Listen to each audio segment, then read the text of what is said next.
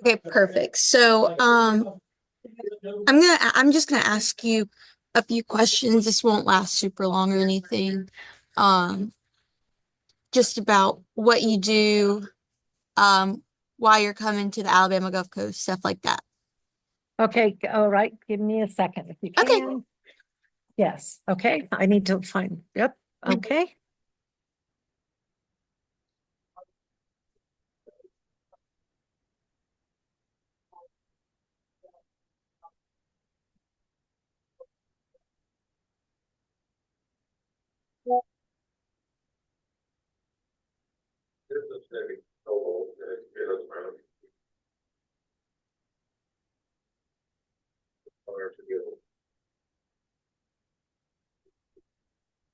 Okay, I think I'm ready. Perfect. So, um, Dr. Marker, tell me a little bit about who you are, what you do, all of that good stuff. Okay, great. I'm Dr. Laurie Marker, and I'm the founder and executive director of the Cheetah Conservation Fund. And I save cheetahs. But beyond that, I do a whole lot of other things as well. I am based in Namibia, Africa, at our Research and Education Center outside of Otjiwarongo in Namibia. And to save cheetahs, we do a variety of different programs, which include research, education, and conservation. And I've been studying cheetahs for about 50 years and developed the Cheetah Conservation Fund as a nonprofit organization about 35 years ago. And we have been based in Namibia since then. And Namibia is the cheetah capital of the world.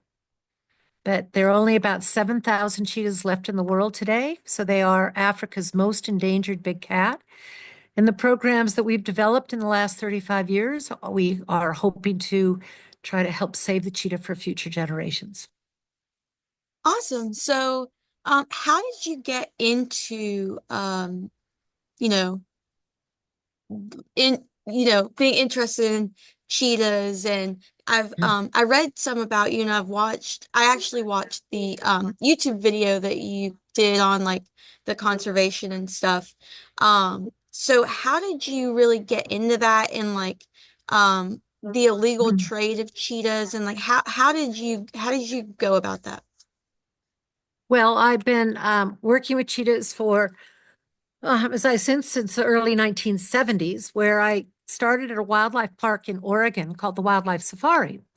And my background had been growing up as a vet tech, and I grew up on the back of my horse, which is still where I'd like to be every day. And I do ride every day still. But I also had a lot of livestock, goats in particular, and I was a goat judge. But then I got fascinated in wildlife, and the wildlife took me down a route that's kept me going.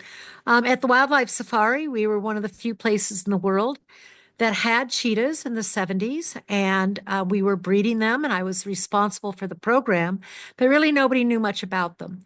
We knew that we were losing them in the wild, and a lot of that is through human-wildlife conflict, perceived and actual threat of the animals catching livestock. We found in the 80s about the lack of genetic diversity within the species, which actually started what we know today as conservation science. And then we also, the illegal wildlife pet trade is another problem that we've learned much about. And that started for me around the early 2000s. And the illegal wildlife pet trade is primarily coming from the Horn of Africa. So although I'm based here in Namibia, we have a second base, which is up in Somaliland, which is a breakaway country from Somalia. And there, the cats come up from Ethiopia and from Somaliland, and they're poached as cubs and sold into the illegal pet trade. And people want them as a pet. Pets, wild animals should live in the wild. So that's how we ended up getting involved in the illegal pet trade. But right now in Somaliland, we've got another research center there and a conservation center where we have over 100 cheetahs. That's awesome. I love that. Um, Oh, s- it's sad. It's not yeah, because you don't it's want them 100 cheetahs. You want them in the wild. right. But you are saving them from being, Yeah, thank you. illegally traded. So that's awesome. Um, Thank you. tell me, I'm, you know, not really as familiar with cheetahs, obviously, as you are. Tell me a little bit about the cheetah itself, their temperament, stuff like that. Well, the cheetah is the fastest land animal, and they can go up to about 70 miles an hour. And most people don't know what a cheetah is. They always confuse it with the leopard. I have a cheetah picture behind me here, and you can see that they've got black tear marks which run down their eyes. And they're a lean and lanky animal. I call them speed and elegance. And they are not an aggressive animal, so you can actually chase them away. Because of their speed, they don't have big, powerful teeth and jaws, and they have semi non-retractable dog-like claws, which dig into the ground and help them run speeds of 70 miles an hour, but they're not sharp and dangerous like other cats are. And so they believe in flight versus fight. And they are one of the best hunters of all of Africa, but they use their speed, but then they actually lose a lot of their kills to all the other predators. So they feed the veld. They actually are very important as a top predator. They play a very important role in maintaining the health of ecosystems. So, what happens once the cheetah, it gets to the cheetah conservation? What do you guys do, before sending them, releasing them back out into the wild? Well, first I'd say we'd like to keep all of them in the wild to begin with.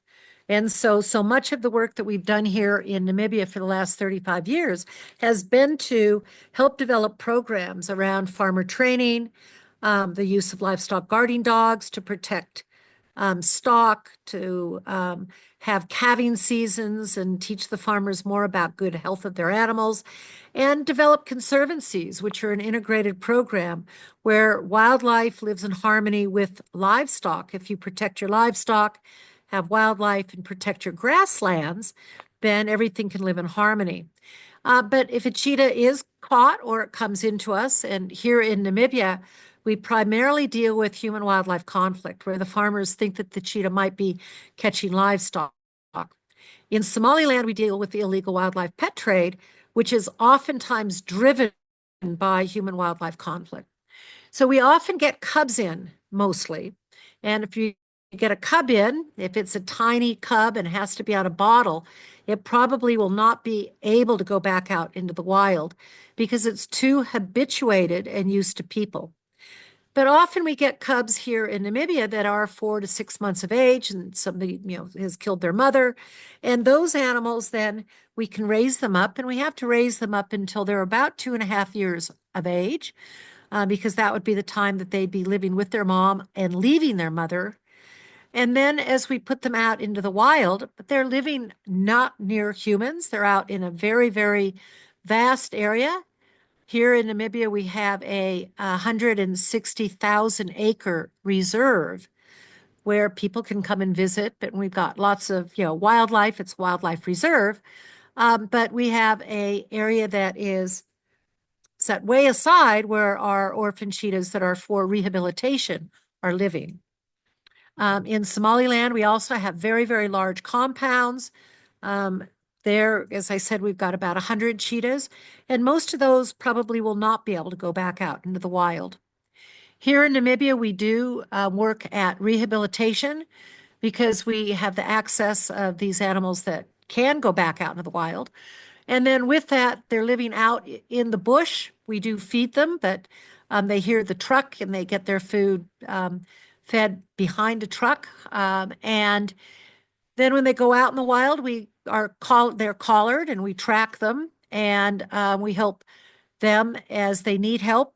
Usually it takes about a week or so for them to learn how to hunt. And so we do supplementally feed them before that. But those are the animals that are rehabilitated. When a farmer here, though, catches an adult animal that was just on the land and got caught, we will work with the farmer to assess whether we can put the cheetah back out into the wild. And here in Namibia, we've been able to put nearly 700 cheetahs back out into the wild in the last 30 years. So we've saved a lot of cheetahs. 700. That's crazy. That's amazing that you guys are doing that. Um, It, so so tell me a little bit about why you are coming to the Alabama Gulf Coast. I'm coming to Alabama because I've been invited to a conference, which is the Educational Travel Conference. And it is there from the 17th to the 20th. And so I'll be one of the speakers, and I'll be talking about conservation. African travel is about conservation and seeing wildlife. And so the program really brings travel agents together and travel planners. And there we're going to be talking about, there's a variety of different themes, and I'll be talking again about community-based programs and how wildlife lives in the wild and the benefits of having animals like the cheetah in the wild, not only for tourism, but the important role that they play in the ecosystem as well. And I'm being sponsored by Classic Escapes, and they have been one of our partners for years, who bring people over to Africa and learn about our African wildlife through tourism. That's great. So, for people who see this interview and want to help out with you guys, how can people help? I know you guys get a lot of your money through donations. Tell me how that works. Well, that's great. Primarily to go to our website, and our website is cheetah.org. And from that, we really would, we ask people to learn about our programs, how to maybe sponsor one of the orphan cheetahs that we have under our care, help us with the school program funding or funding of putting a cheetah back out into the wild. So we do ask for people to become involved with us through our foundation, which is a U.S. nonprofit, the Cheetah Conservation Fund. So donations are very welcome, and we hope that people will learn more about the work that we're doing or come and visit us here in Namibia. Take a safari. We also have internships with students that come from a variety of universities around the world. And we have volunteer programs as well, where people who aren't a student or aren't on a safari want to come and actually help roll up their sleeves. We do have a volunteer program where people can get involved and assist us. On another level, we do have chapters throughout the United States where people can learn more about the work we do as well and get involved with helping us spread awareness and raise funds to do the work to save the cheetah for future generations. That sounds so fun. I would love to come volunteer with you You guys. should. You'd So, have a great time. oh yeah, I would love that. I'm a big animal lover. So, um, is there anything else that you wanted to talk about that I missed or Well, I'm anything? also traveling around. I'm coming to Alabama for that, but I'm also on my spring lecture tour.